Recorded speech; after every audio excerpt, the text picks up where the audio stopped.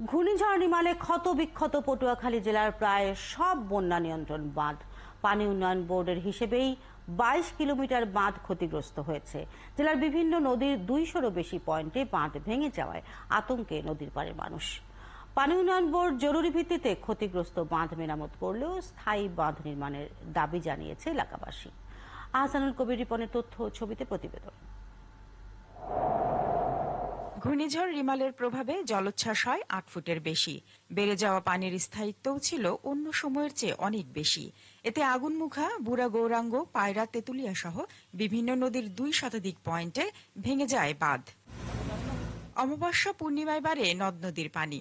সামনেই অমাবস্যার জো, তাই বাঁধের ক্ষতিগ্রস্ত অংশ দিয়ে আবারও পানি ঢোকার শঙ্কায় নদী পাড়ের মানুষ।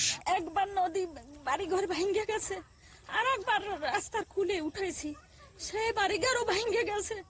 এখন আমাদের দূর অবস্থা, আমরা কোথায় থাকবো? রাস্তার পাশে এই বন্যা ভাঙছে, এখন আমাদের নদীর পাশে ব্লক ফলাই একটা যদি করে দেয়, রাস্তা করে দেয়, আমাদের জন্য সুবিধা হয়। এই জলোচ্ছ্বাসে কেউ হারিয়েছেন ঘরবাড়ি, কেউ হারিয়েছেন জমির ফসল, আবার কেউ হারিয়েছেন পুকুর ঘেরের মাছ।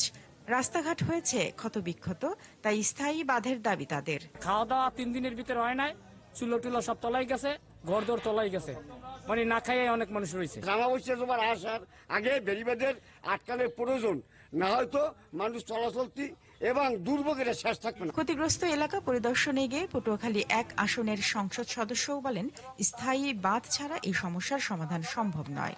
আমি সুপারিশ করব সরকারের কাছে, ডিপার্টমেন্টকে, যেখানে নদী আছে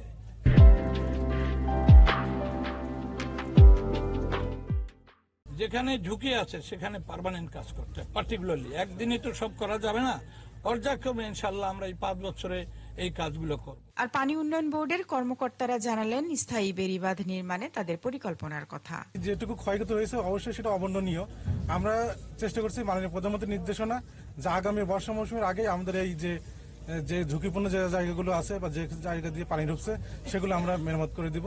পানি উন্নয়ন বোর্ডের হিসেবে রিমালের প্রভাবে জেলার 123 কিলোমিটার বন্যা নিয়ন্ত্রণ বাঁধের মধ্যে সম্পূর্ণভাবে ক্ষতিগ্রস্ত হয়েছে 22 কিলোমিটার।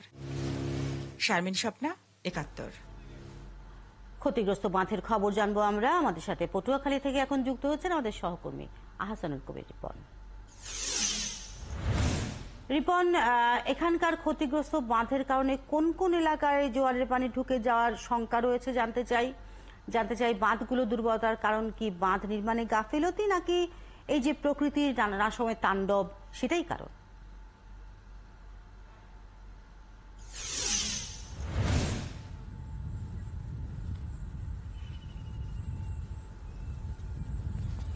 শিল্পী, আপনি যেমনটা বলছিলেন, ঘূর্ণিঝড় রিমেলের তাণ্ডব চলে গেলেও এই যে উপকূলের জনপদ নদী পারে সেখানে কিন্তু অগণিত পয়েন্টে ক্ষত রেখে গেছে, যেমনটা আপনি বলেছেন।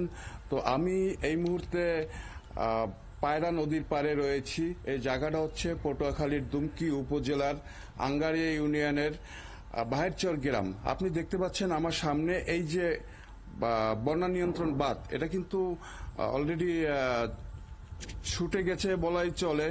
আপনি সামনে দেখতে পাচ্ছেন যে এখান থেকে পানি কিন্তু রিমালের সময় গড়িয়ে পড়েছে। সামনে যেহেতু অমাবস্যার জো রয়েছে, তো জোতে যখন আবার পানি চাপ দেবে এইটুকু কিন্তু টিকবে না। এরকম চিত্র পায়রা নদী, পটুয়াখালী দুমকি উপজেলা, সদর উপজেলা এবং মির্জাগঞ্জ, বিশেষ করে মির্জাগঞ্জের ভিখাখালী, পিঁপড়াখালী, পটুয়াখালী সদরের ছোট বিঘাই, বড় বিঘাই ইউনিয়ন এবং সদর উপজেলার ইটবাড়িয়া, এইসব এলাকা এখন ঝুঁকির মুখে রয়েছে। আর আমি আপনাকে একটু দেখাতে চাচ্ছি, এই জায়গাটা হচ্ছে যে একটি নদীর ত্রিমোহনা। এখানে পায়রা, পাণ্ডব এবং কারখানা, 3টি নদীর মোহনা এখানে রয়েছে। এ কারণে এই জায়গাটা খুবই ঝুঁকিপূর্ণ। প্রতি বছরই এখানকার মানুষ ভাঙনের কবলিত হয় এবং প্রতি বছরই ঘরবাড়ি সরিয়ে তাদেরকে আরো ভিতরে ঢুকতে হয়।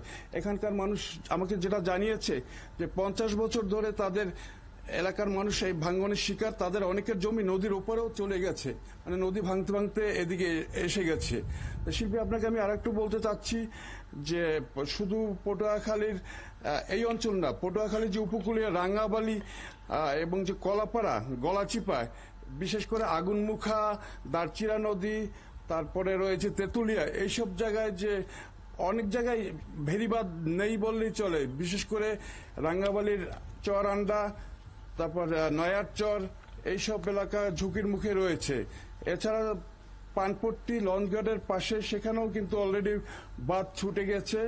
এছাড়া আরো পানি উন্নয়ন বোর্ডের হিসাব মতে 200 ছাড়িয়ে এখন আরো বেশি পয়েন্ট তারা শনাক্ত করেছে। তো এখন এখানে স্থায়ী বাঁধ ছাড়া এই এলাকার যে স্থায়ী বাঁধ দরকার এখানে। আপনি রয়েছেন সেখানে রিপন, নিশ্চয়ই আরো তথ্য সংগ্রহ করে আবারও নিশ্চয়ই যুক্ত হবেন আমাদের সাথে।